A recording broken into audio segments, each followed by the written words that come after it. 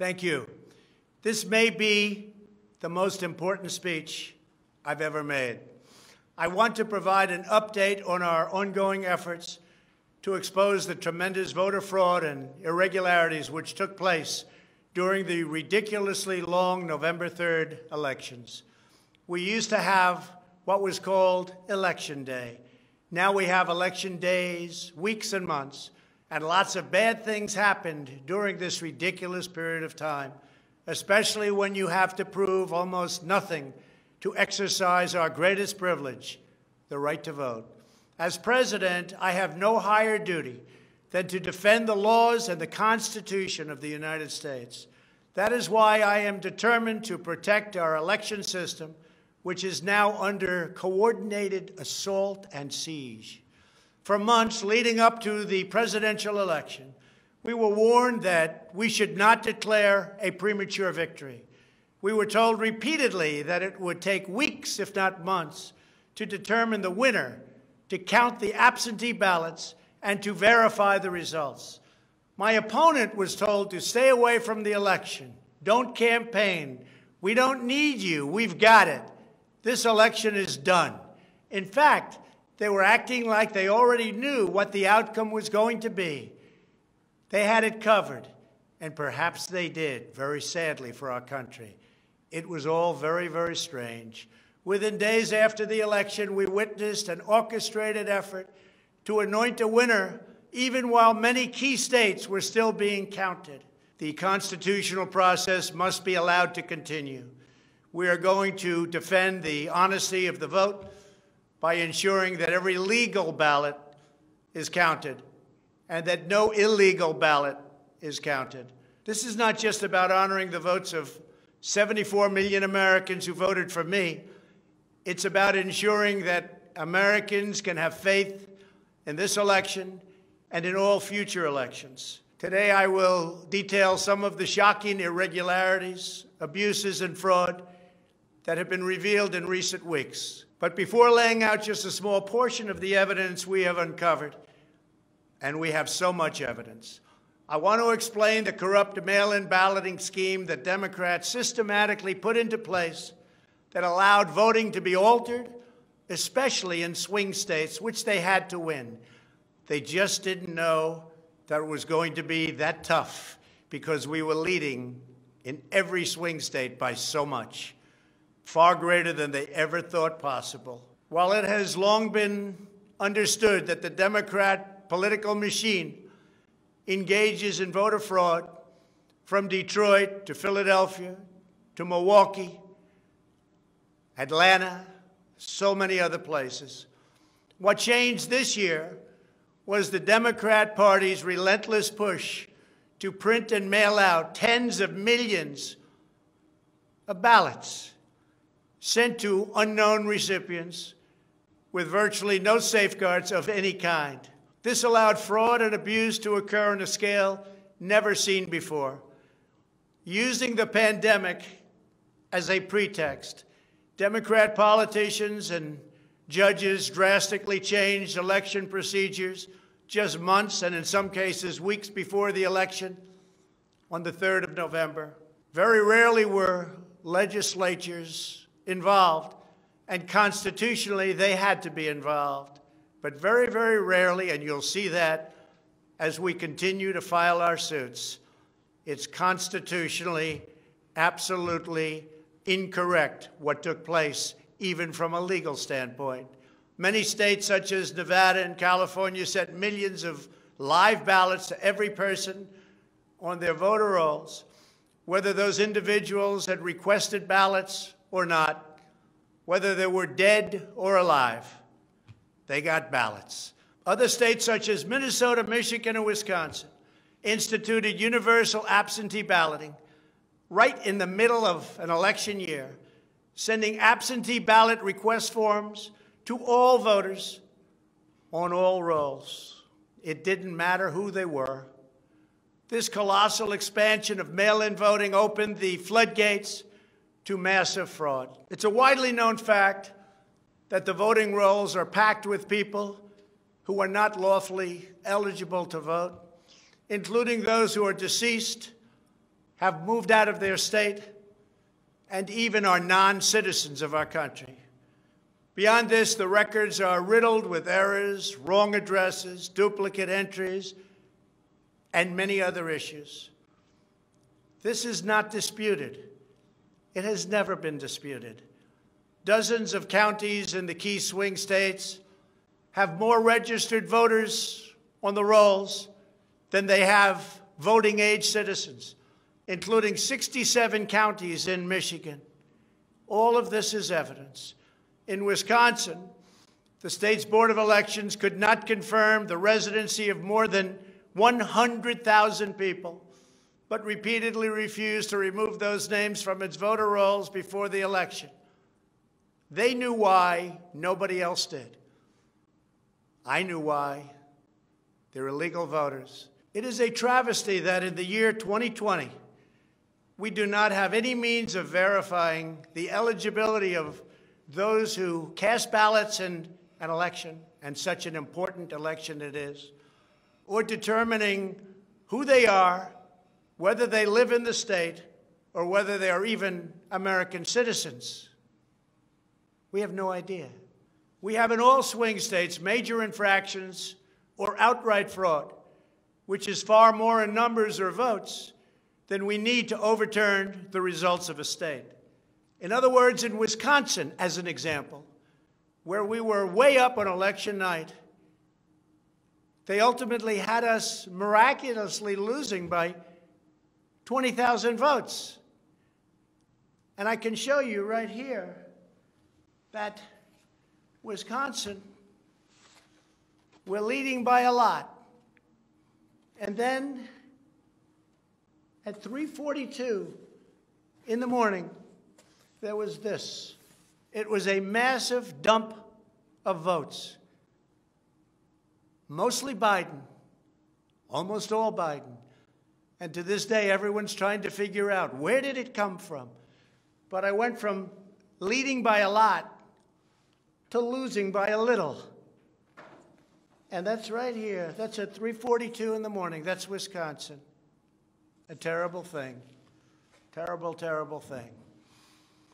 But we will have far more, many times more, than the 20,000 votes needed to overturn the state. If we are right about the fraud, Joe Biden can't be president. We're talking about hundreds of thousands of votes. We're talking about numbers like nobody has ever seen before. Just as an example, in certain states, we'll be down by, let's say, 7,000 votes. But we'll find later on 20,000, 50,000, 100,000, 200,000 discrepancies or fraudulent votes.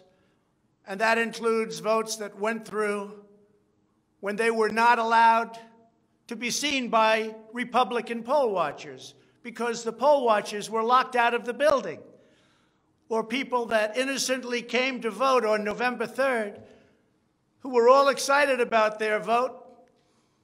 They were happy. They were proud to be citizens of the United States of America.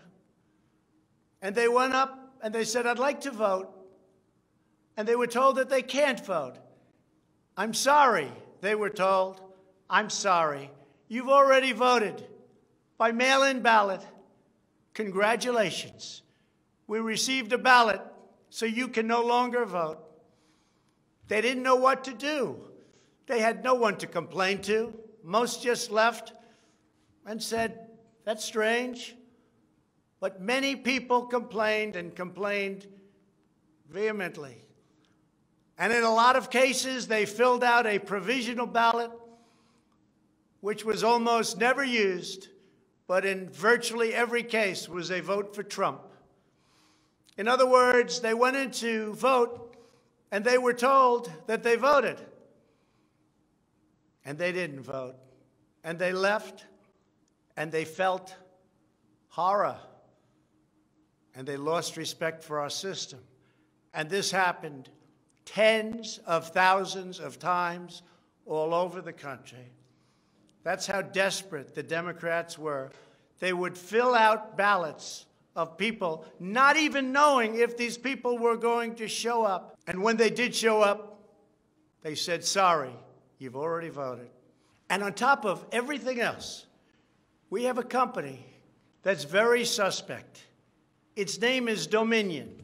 With the turn of a dial or the change of a chip, you can press a button for Trump and the vote goes to Biden. What kind of a system is this? We have to go to paper.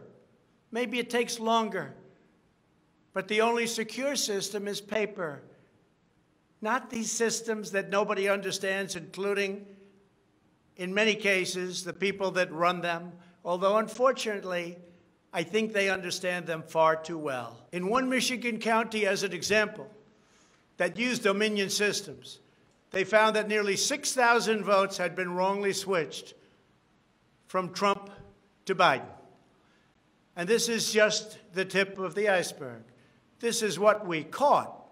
How many didn't we catch? Are there hundreds of other examples throughout the country? Are there thousands? We just got lucky, and they called it a glitch. But we found numerous glitches that evening. 96% of the company's political donations went to Democrats, not surprisingly. And frankly, when you look at who's running the company, who's in charge, who owns it, which we don't know, where are the votes counted, which we think are counted in foreign countries, not in the United States, Dominion is a disaster. Election authorities in Texas have repeatedly blocked the deployment of Dominion systems due to concerns about security vulnerabilities and the potential for errors and outright fraud. Every district that uses Dominion systems must be carefully monitored and carefully investigated, but not only for the future. Right now, we're worried about the present and what went on with an election that we won without question. Under my lead, the Republicans won almost every state house in the United States, which they weren't expected to do. We won up to 16 seats in the House. The numbers are still being tabulated because there are 9 seats that nobody really knows. They don't know. They're still, 2 weeks later, still under consideration because it's a mess. Republicans were supposed to lose many seats, and instead they won those seats in the House. And a very important election that's coming up will determine whether or not we hold the Senate. David Perdue and Kelly Loeffler are 2 tremendous people. Unfortunately, in Georgia, they're using the same horrible Dominion system. And it's already been out that hundreds of thousands, think of it, hundreds of thousands of absentee ballots have been requested. You check it out, who's requesting those ballots. The difference is it's one state, and we will have our eyes on it like nobody's ever watched anything before, because we have to win those 2 Senate seats. The tremendous success we had in the House of Representatives and the tremendous success we've had so far in the Senate, unexpected success all over the country and right here in Washington. It is statistically impossible that the person, me, that led the charge lost. The greatest pollsters, the real pollsters, not the ones that had us down 17 points in Wisconsin when we actually won, or the ones that had us down 4 or 5 points in Florida and we won by many points, or had us even and down in Texas and we won by a lot. Not those pollsters, but real pollsters, pollsters that are fair and honest, said we can't understand a thing like this. It's never happened before. You led the country to victory, and you were the only one that was lost. It's not possible. The Speaker of the House of a certain state said, sir, I expected to lose my seat. And instead, because of you and because of that incredible charge and all of those rallies, We got a tremendous victory, and everybody knows it. You were much more popular than me, sir, except I got many more votes than you did. And it's impossible that that happened. There is something wrong. I'll tell you what's wrong. Voter fraud. Here's an example. This is Michigan. At 6:30